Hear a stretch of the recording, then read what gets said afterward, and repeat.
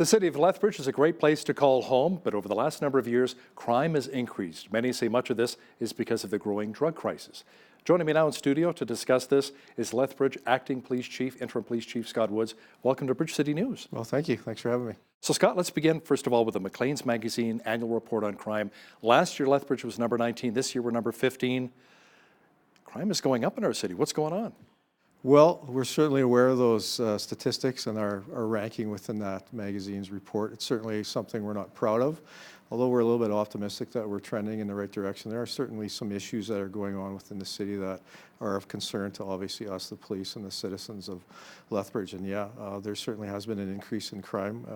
Not everything within the city that is a crime is drug related, contrary to what we'll see on social media and some other venues within the city. But there are a lot of spin-off crimes we're seeing from a lot of the drug addictions that we're dealing with, opioids and methamphetamine within the city for sure. But no homicides, right? No, we've been very fortunate this last few years to have a low homicide rate and nothing so far this year. So we're quite happy with that.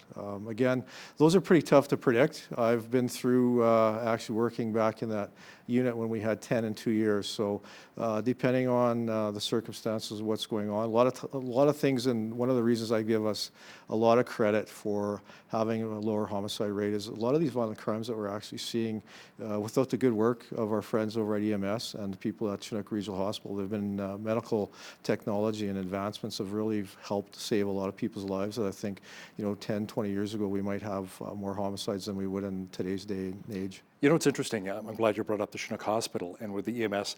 I was talking to some homeowners around the hospital, and they were saying that a lot of the clients who OD at the supervised consumption site, naloxone brought back, taken to the hospital, they check out of the hospital, and then they're trying to break into their homes. I've had a few homeowners tell me that, right? Like they come out of the hospital, we help you out, and then they try to break into their homes and cars. So specific to that, I don't know. I just know that with drug addictions and the dependency, people become desperate and then they turn to crime in order to fuel that habit and to feed that habit. And break-ins, for example, car prowlings, frauds are up within the city. What kind of frauds, though? Well, the ones that we've seen a dramatic increase, which actually has increased our crime severity index with MACLEAN'S, is tap frauds. And a lot of those come back to car prowlings. If you leave your wallet or your cards in your car, somebody breaks into your car, they take it, they can get a lot of purchases in a very short period of time with the tap allowances that were allowed in today's society. And identity theft as well. They've got all of your information right there, right? Absolutely. We find that we're not dealing a lot with that because, again, it's just kind of a crime of opportunity, and they want to find something that they can get their hands on to liquidate in order to obviously go buy some more drugs. And again, that's not everybody, but there is some definite spin-offs and a lot of consistencies we're seeing with some of these crimes that we're associating to the drug crisis. Liquidating like maybe some of the bikes. I've never seen a bike chop shop, or never heard of one until I moved to Lethbridge. I've heard of car chop shops, but these bike chop shops that are here. Yeah, and it's just another innovative way that people are, using crime in order to make some money. If you ever by our police station, you look out the west side, we have a compound full of bikes that we're continually recovering within the city. And I think they're relatively easy to modify and move very quickly. So we've done had some success with some projects with some of our investigative teams actually recovering some of these over the past couple of years, but that's just an innovation and a trend that we haven't had to deal with in Lethbridge, and I think even in a lot of other cities until recent years. Wasn't there somebody that tried to break into the police impound lot with the bikes, tried to steal a bike? Yes. They got in, but they couldn't get out? Yeah, that's correct. Yeah, so fortunately for us, we have a pretty good security system, and we watched this person go over the fence, and we're trying to steal a bike. When they come back out on the other side of the fence, we were there waiting for them eagerly. You know, what's interesting too is, we kind of, I don't want to say laugh about, bikes as opposed to cars being stolen, but like you said, it's easier to liquidate, easier to steal. But some of these bikes can be upwards of $15,000, $16,000. Yeah, we had one of those, which is rare. We don't deal with the value of bikes being stolen, but there are some high-end bikes out there. And Lethbridge is a great community as you look around and see the trails that allow people to get out on their bikes and stuff. So there's a lot of good quality bikes out there, and unfortunately, they're getting stolen far too frequently. Now, we have had a lot of stories on Bridge City News, Scott, in the past about the drug crisis in our city involving fentanyl, carfentanil, but you say meth is actually on the rise? Yeah, so I would suggest that, methamphetamine has far surpassed the amount of opioids we're seeing within our community. It's consistent within the prairie provinces, and there's a lot of different crimes that we're starting to see associated to that, which are similar to what we had seen in opioids, but the big difference is in the behaviors we're seeing, because methamphetamine affects the body differently than the opioid. People tend to be a little bit more sleepy and obviously can get into medical distress if they have too much respiratory issues and stop breathing, whereas the methamphetamine is bringing more aggressive, erratic behavior that we're starting to see far too often within the city. Well, yeah, and some of the press releases I've received from the LPS is people, I don't know if they're on meth, but they're taking their machetes and going out being very aggressive, like you said, in our community. Yeah, we're starting to see more of those activities for sure within the community. Although most of those aggressive assault-type weapon things tend to be more not random within the community. So targeted. Targeted. It's usually between people that know each other. However, we're starting to see more of those, as you just indicated, with a recent spree. We had people being carjacked at machete point or knife point. So we are starting to see some more random acts within the community. Where are a lot of the drugs coming from in our city? Well, most of the drugs that will make the way into Lethbridge will come from the bigger cities, Calgary and Edmonton for sure within Alberta. We do see some trafficking coming out of Vancouver and potentially even to the east of us a little bit, Saskatoon, but mostly right here in Alberta out of either Calgary or Edmonton. Last time I spoke with Mayor Chris Spearman, he said we had around 93 drug houses still in the city. We're trying to get the full-time scan unit here, get a full-time prosecutor. We can shut down some of these drug houses permanently. Are you seeing more of an influx of drug dealers moving to our city, tying in with the supervised consumption site? It's like, hey, I'm here for my clients. Makes it really easy. No, I don't think we're seeing anything related to that, somebody coming in to sell drugs because of the supervised consumption site. From that standpoint, I don't have the data on that, but I don't think specifically anything that I've been privy to. I haven't seen an increase on that. But I mean, it's an epidemic within Western Canada right now with people who are using these drugs and getting addicted. And the problem we're having as police is it needs to be other levels within society dealing with this. There needs to be more help with addictions for people to be able to deal with these. So we need the intox beds, the detox beds, right? Some Housing, counseling, right? Housing, counseling. You touched on a couple things. Safe communities and neighborhood scan is something we're pushing for to get a unit down here. We utilize them fairly extensively out of Calgary. However, they don't have a home base in Lethbridge. And we know statistically that Southern Alberta is one of the busiest areas. The other one is a dedicated federal Crown prosecutor dealing with drugs, particularly the trafficking charges, in order to have somebody that's specific to our community, knowing the problems and be able to prosecute these offenses to the fullest extent of the law and try to get appropriate sentences. Another program that the government has that we haven't seen in Lethbridge yet that is having a fair amount of success are drug courts, and that is where somebody goes through the through the court system and has mandated to go in and to what they call drug courts to get some addictions services and counseling and that. And they have a fairly successful rate so far we're seeing, but that's another thing that we're trying to push for Lethbridge. So a full-time scan unit here in our city, instead of bringing somebody down from Calgary, will the new provincial budget, with all of the cutbacks, impact that, do you think? Well, there's a possibility, right? One thing that the provincial government is focused on is rural crime, for sure, which has affected some of the budgetary stuff that we normally see. Our grant funding and stuff that we'll get from the governments has not been affected, but again, as we move down the path of a new government, we'll have to wait and see if that actually affects other units such as SCAN.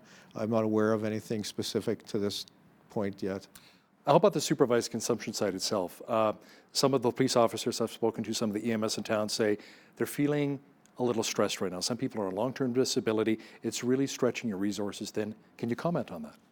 Yeah, I mean, specific to that site, I don't want to, point our finger that everything that we're dealing with from a police service is related to that.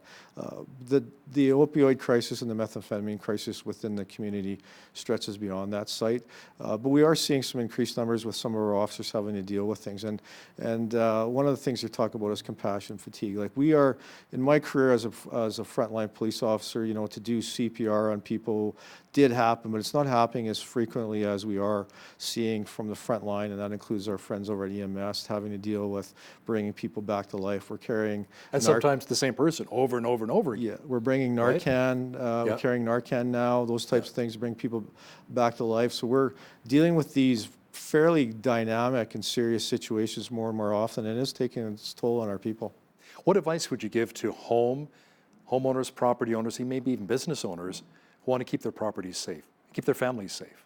Well, first and foremost, you got to do your best to make sure everything's locked and secured. We'll certainly assist you through some crime prevention, through environmental design, lighting, security cameras, those types of things. Obviously, if you have, we used to talk about at your house, if you have hedges and stuff that allow for people concealment, there's maybe some other things in front of businesses that we can help with making sure that things are lighted up, visible, you can see in and around the business, and if there's anything suspicious going on, to reduce people hanging around and being able to detect any type of unwanted behavior or activity quicker. And protecting your vehicles, don't leave them running with the doors unlocked, right, during the winter months? Yeah, so absolutely. many people still do that. They fire it up on their driveway, go back inside the house, Yeah. and they're surprised when their SUV, their van, or their car is gone. Yeah, never want to have your vehicle running unattended, that's for sure. And I tell people, even when you get into it and you start it up, lock your doors. And I think we've seen some random instances within the city that would cause a lot of concern, so make sure you're locked in your vehicle. The other thing that we're dealing with a lot with stolen autos within the city is people are hiding keys, a spare key in their vehicle for whatever reason, and the car prowlers are smart enough when they go through and they're stealing vehicles that way too. So if you're out shopping, for example, during the Christmas season, make sure that you don't leave anything in your vehicle. It's parked in a well-lit spot. If you have some shopping you need to put in your vehicle, make sure you lock it in the trunk. Make sure your windows are done up, and again, make sure your vehicle is secured. I remember when I was a kid growing up in Calgary, my father had a '69 Chevy Bel Air station wagon, and we could fire it up, and you could take the keys right out of the ignition, still be running. Yeah. So it made it quite easy back then to lock the doors. Right? Well, and one thing on that point, exactly, I would suggest too on that is some of these new vehicle ignition systems where they have the fob that you can take. Right. It's worthwhile testing to see if that vehicle can be moved if you're in a certain, once that vehicle is running and you're in a certain distance from that vehicle. I would suggest if you have a vehicle like that, test that to make sure you know the limitations on that as well, because I know that we've done some testing on some of our vehicles, and depending on the make, you can start that and it can be driven off without the fob being in it. So that's another consideration I would strongly suggest people have a look at for some of the new vehicles out there. Lethbridge has 9 new community peace officers on duty. What is their job, and how much of a difference are they making in our community? So as far as the difference, I think it's a little bit early to say. I know there was a recent media poll on whether people are feeling safe or not downtown since they were announced, which was a little bit unfair because they just recently completed their field training officer, which means they're out on their own. So I think it's a little bit early to see the success of that program going forward, so we can, now that they're out on their own, we can actually have a very good look at what they're doing and the quality of work and see if they are making a difference. What they are to do, the whole premise of that program was we as police, as we've been getting busier and having to look at alternatives of the way we're doing business, we thought this would be a good idea to bring them in to start dealing with some of those lower end things that we, the police, get tied up sometimes on, that we're spending too much time on, public nuisance stuff, intoxication, some low level criminal activity, some lower end thefts, mischief type of calls for us, some bylaw offenses, and some provincial statutes like that. In addition, we want them downtown and other areas in the city where we deem them to be on foot, have that presence, that deterrence down there, and to be a resource to anybody down and about to see if they have any issues or questions or problems, to be approachable. Now, what about the watch program? They look pretty cool with their red shirts and jackets. Are they making much of a difference too? I like to think so. They've been out for a while. We've had a lot of positive feedback from the community, particularly downtown businesses in relation to them being out and about. They've done a fantastic job. It's a really good group of volunteers. It's a very effective way to get the services that we want to provide downtown. What powers do they have though? They have none. They're volunteers. They're not nothing to do with law enforcement. So really, we speak to them as eyes and ears of the police. So if they see something suspicious, Call 911? yeah. Well, they're tied into actually our radio system. Okay. So they can get a hold of us fairly quickly if we need to. But they do many more things public service wise, giving directions down there if you're a tourist within our city, knowing where to park. They're assisting a lot of people with some of these new parking meters we have that people are still trying to figure out. Directions downtown, a good place to eat. One really good story I heard recently, they helped somebody that didn't have any shoes. So they took them somewhere downtown. They came across an individual downtown that was without shoes. So they took the time to get this person down and get some shoes, putting some other people that might be vulnerable in our downtown area onto some other services and supports that are needed for them. Let's compare Lethbridge to another city that's comparable in size, maybe similar issues like Red Deer, for instance. I have a lot of family up there. How would you compare crime-wise, Lethbridge and Red Deer? Like Red Deer, I can see, especially with the drug dealings going down, because you've got Edmonton, Calgary, it's right in the middle, a lot of transients going through. But Lethbridge, we're so far removed. We're just above the Montana border here. Are the drugs maybe coming from the States?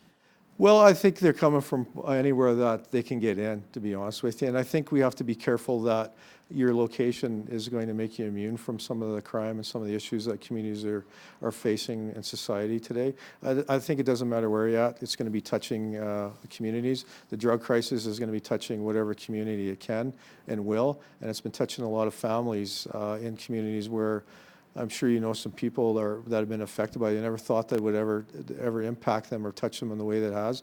So I think we can't be naive enough to think just because we're down near southern Alberta that we're not going to have these issues. So, back to your original question, I think what's going on in Red Deer is going on in Lethbridge. There's a drug crisis through Alberta.